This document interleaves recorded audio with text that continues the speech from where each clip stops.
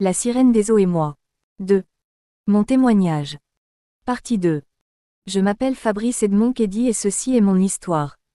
Avant de continuer cette histoire, chers lecteurs, j'implore Jésus-Christ de vous couvrir par son sang et de vous accorder de l'intelligence afin que ce témoignage vous édifie et par la suite que vous édifiez les autres sur ce que peuvent faire les marabouts et l'existence des sirènes. Amen. Ceci est la deuxième partie de mon témoignage sur les sirènes des eaux et la destruction que vous apportent les marabouts. N'hésitez pas à tous les lire par ordre afin d'en profiter pleinement. Si vous avez déjà fréquenté ces lieux, chers frères et sœurs, je vous exhorte à faire une prière de délivrance et de repentance puis de restauration. Parce que tu ne pourras jamais et au grand jamais côtoyer ces gens sans y laisser de plume. Je vous explique comment cela fonctionne. Quand vous allez vers un marabout pour la chance par exemple, il vous demande un coq ou une pièce ou quelque chose. Quand il vous demandera de vous laver avec telle ou telle feuille, et vous oindre une potion dont vous ignorez les ingrédients, sachez qu'il ouvre en vous des portes pour laisser entrer des démons dans votre vie qui exerceront ces influences de chance autour de vous. Soit il vous donnera mystiquement une partie de chance volée chez les uns et les autres toujours de façon mystique. Oui, les agents du diable volent les étoiles des enfants de Dieu et même des païens pour les revendre aux politiciens, aux envieux, à ceux qui veulent le succès, à ceux qui veulent le travail. Rassurez-vous, vous finirez par payer le prix, le plus souvent sans le savoir. À un moment vos enfants deviennent cancres à l'école, les maladies par-ci, les décès par-là et la chance qu'il vous a donnée à une durée limitée. Afin que vous reveniez encore et encore jusqu'à ce que vous mourrez dans le péché. Il peut arriver qu'ils vous disent que chaque matin cassez des œufs à tel ou tel endroit, les œufs en question c'est pour nourrir le serpent qui crée l'influence de la chance chez vous. À un moment il n'aura plus besoin d'œufs. Le diable n'est jamais satisfait. N'oubliez pas que la Bible dit, « Mon peuple périt faute de connaissance », chers frères, la vraie chance vient de Dieu, le vrai travail vient de Dieu. Que Dieu nous guide. Amen. Après m'avoir accordé les premiers soins, Samalé demanda à ce que ma mère m'amène à Akokand pour la suite du traitement. Mon oncle me mit sur la moto et nous nous y rendîmes. Quant à ma mère, une lueur d'espoir pouvait déjà se voir sur son visage. Pour elle, c'était son oncle Samalé qui était le Rédempteur.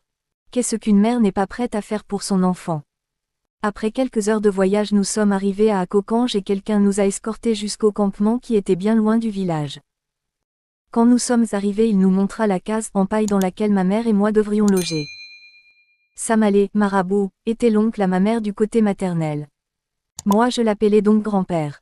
Lui il m'appelait Guillaume, c'est le prénom de mon père puisque je suis le Mbombo, homonyme, de mon père. Il dit à mère que le même traitement me sera refait la nuit aux environs de 23 heures et que après 2 jours il creusera ma tombe pour la suite du traitement et nous allons passer à un autre niveau. Mon cœur battait tellement et j'avais peur. Mais la présence de ma mère me rassurait. La nuit vint et juste à quelques minutes avant le début des travaux, il s'est passé quelque chose de bizarre au campement.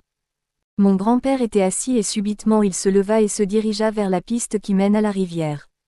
Il mit un peu de temps là-bas de son retour il s'assit près de moi et me demanda, « Guillaume, veux-tu voir ma femme ?» Je lui ai dit, « Mais grand-père, je l'ai vue en journée non, et c'est elle qui nous a même accueillis et nous a fait à manger. » Il me dit, « Non c'est pas de Victorienne que je parle, mais de ma femme des eaux, la sirène. C'est avec elle que je travaille et elle sait que tu es là. » Mes chers frères, je vous assure que mon cœur a failli tomber dans le ventre par excès de peur. Quand il continuait à parler je ne suivais plus bien, j'étais déjà en train de m'imaginer devant une femme poisson, des idées remplissaient ma tête et ma mère elle ça ne la dérangeait pas. Moi je ne me souviens même plus de ce que j'avais donné comme réponse à mon grand-père. Je me souviens juste que quelques minutes plus tard il me dit, « La voilà qui vient. » Quand je regardais vers la piste qui mène à la rivière, je vis une lumière de couleur bleue comme une très grosse luciole qui venait vers nous et à moins de 3 à 4 mètres de nous mon grand-père dit, « La voilà. » Ma mère, mon oncle et moi suivions cette lumière du regard jusqu'à ce que mon grand-père se lève et la suive. Ils sont allés à pratiquement 3 mètres du campement. Mais de l'endroit où nous nous trouvions on pouvait bien entendre les rires et les causeries de mon grand-père. Quand il est revenu, il a à nouveau fait un grand feu, même traitement, machette au feu, maintenant il ajouta les étirements, il me tirait les bras, le cou. Ensuite il plaça une grande marmite au feu remplie de feuilles. Au moment où ça a commencé à bouillir, il prit un balai de feuilles, et trempa dans cette grande marmite qui était en train de bouillir à 100 degrés C et me demanda de me tenir près du feu. Seigneur Jésus, j'ai pleuré cette nuit. Il a commencé à me fouetter avec. Il trempe dans la marmite sans secouer, il retire et me fouette avec. Ça puisait de grandes quantités d'eau bouillante et j'étais complètement nu, cher frère. La vérité c'est que si ce n'était pas un remède doté d'un côté mystique, les brûlures de cette eau bouillante m'auraient enflé la peau.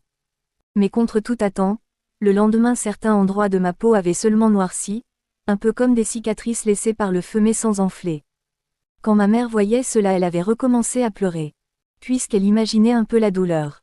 Mon grand-père, le marabout Samalé, a donc dit à mère que maintenant il est temps de passer au niveau suivant.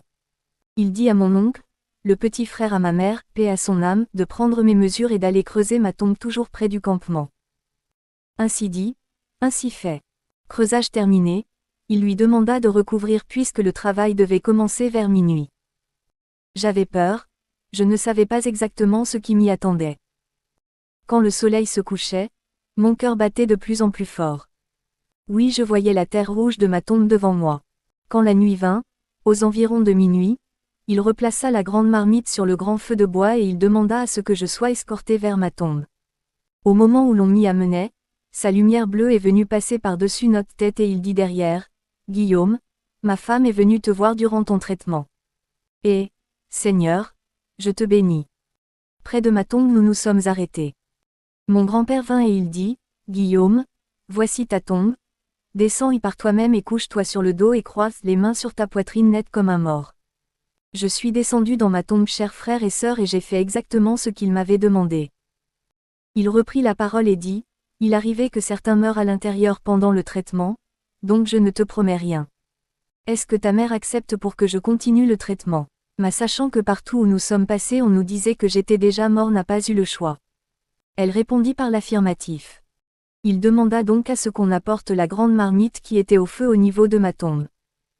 Ensuite il est descendu et il pétrit une quantité de terre avec le contenu de la grande marmite, puis commença à me faire le massage. Cher frère, cette nuit-là, je ne l'oublierai jamais, mon grand-père n'était plus le même.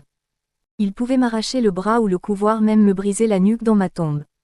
Il me pliait comme un papier, tordait mon cou jusqu'à ce que je sois incapable de respirer, tirait mon bras au point de le déboîter. Ma mère criait près de la tombe et il lui dit dans un ton violent de fermer sa bouche. J'ai même pas les mots exacts pour vous décrire tout ce qu'il se passait ce jour-là dans ma tombe. Une chose est sûre, ceux qui mouraient pendant ce traitement dans la tombe n'avaient pas le choix. C'était horrible. Je continuais à pisser le sang. Il me retourna sur le ventre, montait sur mon dos, arrêtant mes bras. Frère, c'était horrible. À la fin il me sortit de la tombe et dit à ma mère que la tombe devra être refermée à 4 heures. Si le jour trouve cela ouvert, je mourrai. Quant à moi, il me dit que je dois me placer près du feu. On attend 1 heure du matin pour aller à la rivière. Quelle rivière à 1 heure du matin? J'avais peur, chers frères et sœurs. Malheureusement je n'avais aucun choix. À 1 heure, lui et moi commençâmes à marcher vers la rivière qui était à 1 kilomètre dans la forêt. À moins de 250 à 300 mètres de la rivière il me demanda d'attendre là. Lui il s'y avance. Le moment venu il poussera un cri et ce sera le signal pour que je vienne. Au bout de 30 minutes environ il poussa le cri et je vins. Je n'avais pas de lampe, pas de torche, je marchais dans le noir. Quand je suis arrivé au bord de la rivière, il me dit Guillaume, avance. Je l'ai fait, il me dit, tu vas encore voir ma femme maintenant. Mon grand-père avait une lampe torche.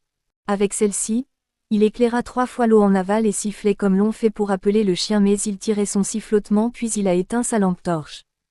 Les secondes qui ont suivi, une grosse boule de lumière bleue est sortie de l'eau en aval et se dirigeait vers lui.